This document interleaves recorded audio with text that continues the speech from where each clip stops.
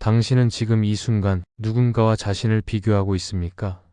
SNS를 열면 펼쳐지는 타인의 화려한 삶. 친구는 승진했는데 나는 제자리 걸음인 것 같은 초라함. 이웃은 새 차를 샀는데 우리 집 차는 10년 묵은 낡은 것처럼 느껴지는 순간. 자식의 친구는 명문대에 갔는데 우리 아이는 평범한 대학에 간 죄책감과 열등감. 그래서 당신은 밤마다 이런 생각에 잠 못 이룹니다. 왜 나만 이렇게 뒤처진 걸까? 다른 사람들은 다 잘 사는데 나만 못 사는 것 같아. 내가 뭘 잘못한 걸까? 그리고 아침이 되면 다시 비교의 굴레 속으로 빨려 들어갑니다. 더 좋은 것을 사고 더 많이 벌려고 애쓰고 더 인정받으려 발버둥 치지만 이상하게도 행복은 점점 더 멀어지는 것만 같습니다. 하지만 오늘 기원 후 1세기 로마의 철학자 에픽테토스는 당신에게 놀라운 진실을 던집니다. 다른 사람과 비교하는 순간 당신은 자신의 삶을 포기한 것이다. 에픽테토스, 이 이름을 들어본 적 있으십니까? 마르쿠스 아우렐리우스처럼 유명한 황제도 아니고 플라톤처럼 널리 알려진 철학자도 아닙니다. 하지만 그의 삶만큼 극적이고 강렬한 이야기는 드뭅니다. 에픽테토스, 그는 노예로 태어났습니다. 태어난 순간부터 그는 아무것도 소유할 수 없었습니다. 자유도 재산도 심지어 자기 몸조차 자신의 것이 아니었습니다. 주인이 원하면 언제든 팔릴 수 있었고 주인이 화를 내면 언제든 맞을 수 있었고 주인이 명령하면 무엇이든 해야 했습니다. 그는 어린 시절 주인의 학대로 다리를 다쳐 평생 절름발이로 살아야 했습니다. 사람들은 그를 보며 혀를 끌끌 찼습니다. 저 불쌍한 노예를 보라. 저렇게 태어나서 무슨 희망이 있겠어. 저런 인생이라니 정말 비참하구나. 하지만 에픽테토스는 전혀 다르게 생각했습니다. 그는 매일 아침 로마의 거리를 절뚝이며 걸어가면서 스스로에게 물었습니다. 내가 통제할 수 있는 것은 무엇인가? 그는 깨달았습니다. 자유는 통제할 수 없습니다. 주인이 결정합니다. 재산은 통제할 수 없습니다. 주인의 것이니까요. 몸도 완전히는 통제할 수 없습니다. 주인이 때리면 어쩔 수 없으니까요. 하지만 단 하나, 오직 하나만은 그 누구도 그 무엇도 빼앗을 수 없는 것이 있었습니다. 자신의 마음, 자신의 생각, 자신의 태도. 그는 이렇게 말했습니다. 나는 몸은 노예지만 마음은 자유롭다. 주인은 내 몸을 묶을 수 있지만 내 생각을 묶을 수는 없다. 나는 세상에서 가장 가난한 사람이지만 동시에 가장 자유로운 사람이다. 세월이 흘렀습니다. 에픽테토스는 30세가 되었을 때 기적적으로 자유의 몸이 되었습니다. 주인이 죽으면서 그를 해방시켜준 것입니다. 하지만 그에게는 여전히 아무것도 없었습니다. 돈도 집도 지위도 없었습니다. 다리는 여전히 불편했고 몸은 여전히 약했습니다. 사람들은 말했습니다. 자유를 얻었으니 이제 돈을 벌어야지. 재산을 모아야지. 출세를 해야지. 하지만 에픽테토스는 전혀 다른 길을 택했습니다. 그는 로마 외곽의 작은 오두막에서 철학을 가르치기 시작했습니다. 그의 소유물은 침대 하나, 담요 하나, 램프 하나가 전부였습니다. 학생들이 물었습니다. 선생님, 왜 더 많이 가지려 하지 않으십니까? 에픽테토스는 잔잔하게 웃으며 대답했습니다. 내가 무엇을 더 가져야 더 행복해질까? 나는 이미 필요한 모든 것을 가지고 있다. 침대가 있어 잘 수 있고, 담요가 있어 따뜻하고, 램프가 있어 글을 읽을 수 있다. 이것으로 충분하지 않은가? 그의 명성은 서서히 퍼져나갔습니다. 처음에는 몇 명의 학생만 있었지만 곧 수십 명, 수백 명이 모여들었습니다. 그리고 놀랍게도 그의 학생 중에는 귀족도 있었고 부자도 있었고 심지어 황제의 고문관도 있었습니다. 노예 출신 철학자에게 로마 최고의 엘리트들이 가르침을 구하러 온 것입니다. 왜였을까요? 에픽테토스는 그 어떤 철학자보다 진짜 자유가 무엇인지 알고 있었기 때문입니다. 그는 모든 것을 잃어본 사람이었습니다. 자유도, 건강도, 재산도 한 번도 가져본 적 없는 사람이었습니다. 하지만 바로 그렇기에 그는 깨달았습니다. 진짜 자유는 많이 가지는 것이 아니라 비교하지 않는 것이라는 것을. 진짜 행복은 남보다 나은 것이 아니라 자기 자신으로 충분한 것이라는 것을. 오늘 이 영상에서는 에픽테토스가 발견한 비교로부터 자유로워지는 3가지 원칙을 함께 나눠보려 합니다. 이 원칙들을 이해하는 순간 당신은 더 이상 타인의 삶에 휘둘리지 않게 될 것입니다. 그리고 무엇보다 비교의 감옥에서 벗어나 진짜 자유를 맛보게 될 것입니다. 첫 번째, 통제할 수 있는 것과 없는 것을 구분하라. 에픽테토스의 철학은 단 하나의 문장으로 시작됩니다. 그의 제자 아리아누스가 기록한 엔케이리디온, 즉 수첩의 첫 구절입니다. 어떤 것은 우리가 통제할 수 있고 어떤 것은 통제할 수 없다. 이 단순해 보이는 문장이 사실은 모든 불행의 해결책을 담고 있습니다. 에픽테토스는 계속 말합니다. 우리가 통제할 수 있는 것은 우리의 생각, 욕망, 판단, 태도다. 통제할 수 없는 것은 우리의 몸, 재산, 명성, 그리고 타인의 생각이다. 잠깐 멈춰서 이 구분을 제대로 새겨보십시오. 당신이 아무리 노력해도 통제할 수 없는 것들이 있습니다. 다른 사람이 당신을 어떻게 생각하는지, 당신의 자녀가 어떤 선택을 하는지, 경제가 어떻게 돌아가는지, 날씨가 어떻게 변하는지, 나이가 어떻게 드는지, 이 모든 것은 당신의 통제 밖에 있습니다. 하지만 우리는 평생을 바쳐 이런 것들을 통제하려 했습니다. 그리고 통제가 안 되면 좌절하고 화내고 우울해합니다. 에픽테토스는 이것을 가장 큰 어리석음이라고 말합니다. 통제할 수 없는 것을 통제하려 하는 순간 당신은 스스로를 불행의 감옥에 가둔다. 생각해 보십시오. 당신은 아들이 의사가 되기를 바랍니다. 그래서 온갖 노력을 다합니다. 좋은 학원을 보내고 과외를 시키고 매일 공부하라고 잔소리합니다. 하지만 아들은 음악을 하고 싶어 합니다. 당신은 화가 납니다. 내가 이렇게까지 했는데 왜 내 말을 안 듣니? 너는 나중에 후회할 거야. 하지만 에픽테토스는 조용히 묻습니다. 자녀의 선택을 당신이 통제할 수 있습니까? 아니요. 그렇다면 왜 통제하려 합니까? 당신이 통제할 수 있는 것은 오직 하나입니다.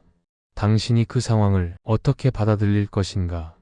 이것이 바로 에픽테토스의 혁명적 통찰입니다. 문제는 상황이 아니라 상황에 대한 우리의 반응입니다. 당신은 이웃이 새 차를 샀다는 소식을 듣습니다. 두 가지 반응이 가능합니다. 첫 번째 반응, 우리는 왜 저런 차가 없지? 나는 왜 저렇게 못 벌지? 내 인생은 왜 이 모양일까? 이 반응을 선택하면 당신은 즉시 비교의 감옥에 갇힙니다. 불행해지고 초라해지고 열등감에 시달립니다. 두 번째 반응, 이웃이 좋은 차를 샀구나. 그것은 이웃의 일이고 나는 나의 삶을 살면 된다. 이 반응을 선택하면 당신은 자유롭습니다. 이웃의 차는 당신의 행복과 아무 관계가 없기 때문입니다. 에픽테토스는 이것을 반복해서 가르쳤습니다. 다른 사람이 무엇을 가졌는지는 당신이 통제할 수 없다. 하지만 당신이 그것에 대해 어떻게 생각할지는 당신이 통제할 수 있다. 그리고 그 생각이 당신의 행복을 결정한다. 에픽테토스가 노예였을 때 그의 옆에는 자유민들이 있었습니다. 그들은 자유롭게 걸어 다닐 수 있었고 원하는 것을 살 수 있었고 가고 싶은 곳에 갈 수 있었습니다. 만약 에픽테토스가 그들과 자신을 비교했다면 그는 평생 비참하게 살았을 것입니다. 하지만 그는 비교하지 않았습니다. 왜냐하면 그는 알았기 때문입니다. 그들의 자유는 내가 통제할 수 없다. 하지만 내 마음의 자유는 오직 나만이 통제할 수 있다. 그리고 마음의 자유야말로 진짜 자유다. 그래서 그는 몸은 노예였지만 마음은 그 누구보다 자유로웠습니다. 반면 자유민들은 몸은 자유로웠지만 마음은 온갖 욕망과 비교와 걱정에 갇혀 있었습니다. 에픽테토스는 이렇게 말했습니다. 진짜 노예는 몸이 묶인 사람이 아니라 마음이 묶인 사람이다. 그리고 대부분의 사람은 자유로운 몸을 가졌지만 마음은 노예로 살고 있다. 당신도 생각해 보십시오. 당신이 매일 신경 쓰는 것들 중에서 진짜로 당신이 통제할 수 있는 것은 얼마나 될까요? 타인의 생각, 통제 불가능. 자녀의 미래, 통제 불가능. 경제 상황, 통제 불가능. 나이 드는 것, 통제 불가능. 그렇다면 당신이 진짜로 통제할 수 있는 것은 무엇입니까? 단 하나. 이 모든 상황에 대한 당신의 태도. 그리고 그 태도를 바꾸는 순간 모든 것이 달라집니다. 에픽테토스가 발견한 첫 번째 원칙은 이것입니다. 통제할 수 없는 것에 에너지를 낭비하지 마라.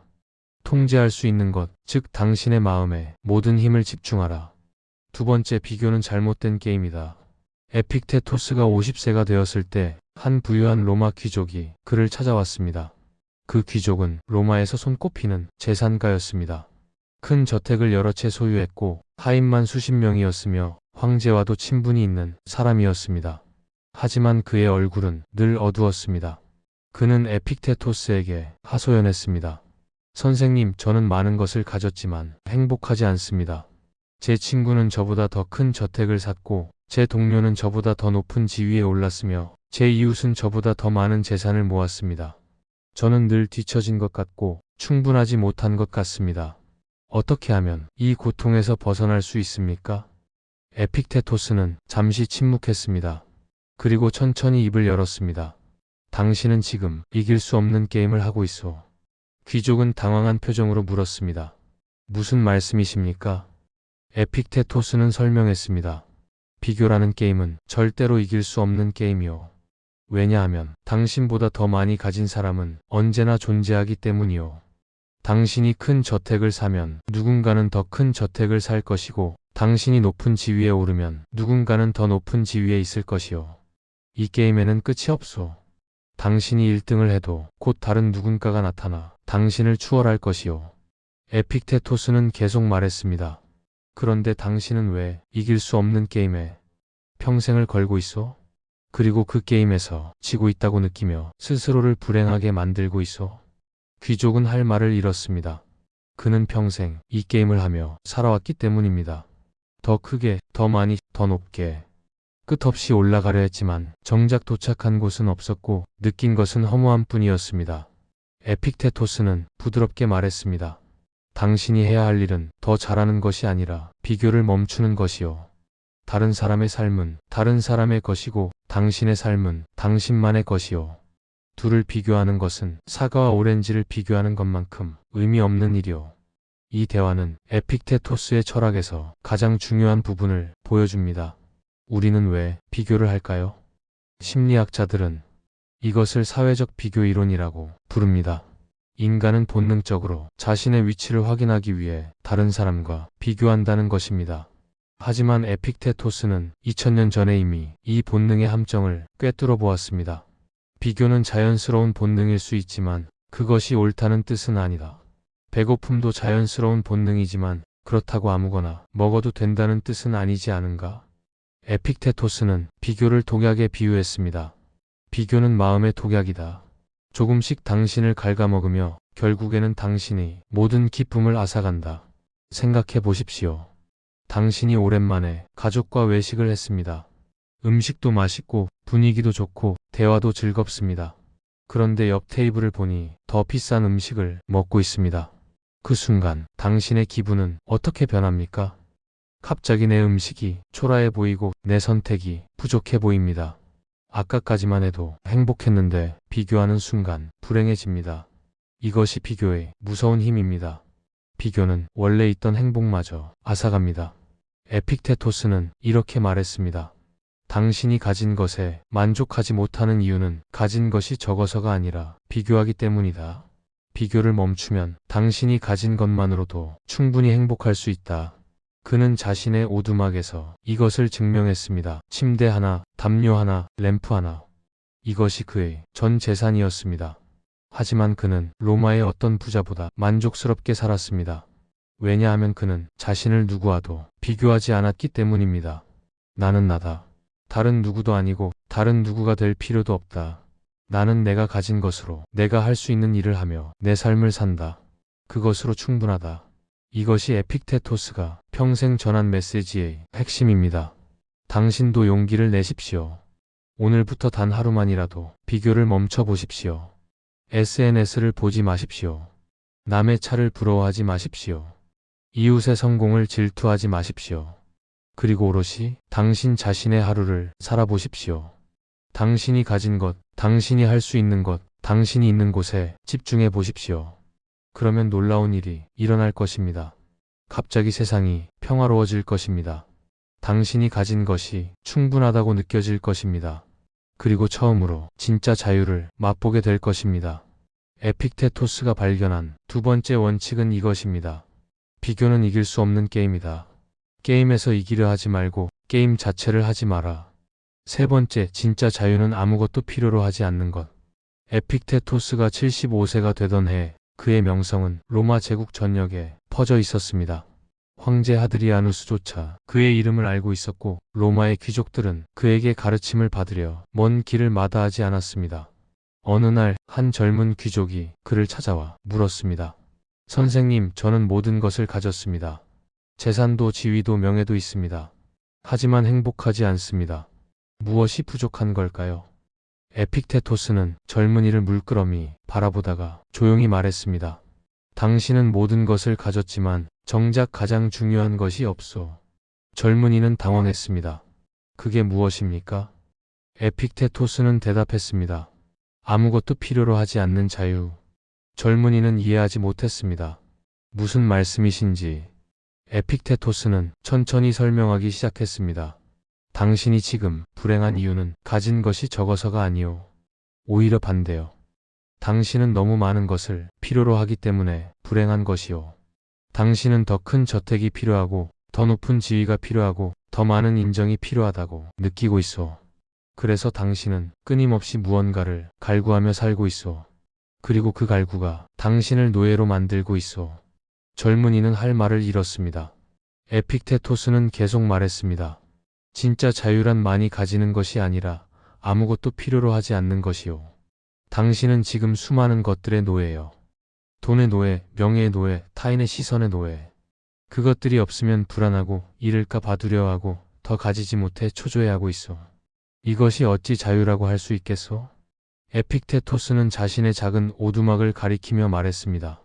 나를 보시오. 나는 이 침대 하나, 담요 하나, 램프 하나로 살고 있소. 어느 날 도둑이 들어와 이 램프를 훔쳐갔소. 사람들은 안타까워했지만 나는 이렇게 말했소. 괜찮다. 내일부터는 더 싼 램프를 쓰면 된다. 그리고 다음에 또 도둑이 들면 그것마저 훔쳐가겠지. 그러면 나는 이렇게 말할 것이오. 괜찮다. 이제부터는 햇빛만 있으면 된다. 젊은 귀족은 충격을 받은 표정이었습니다. 그렇게 살 수 있습니까? 아무것도 가지지 않고? 에픽테토스는 온화하게 웃었습니다.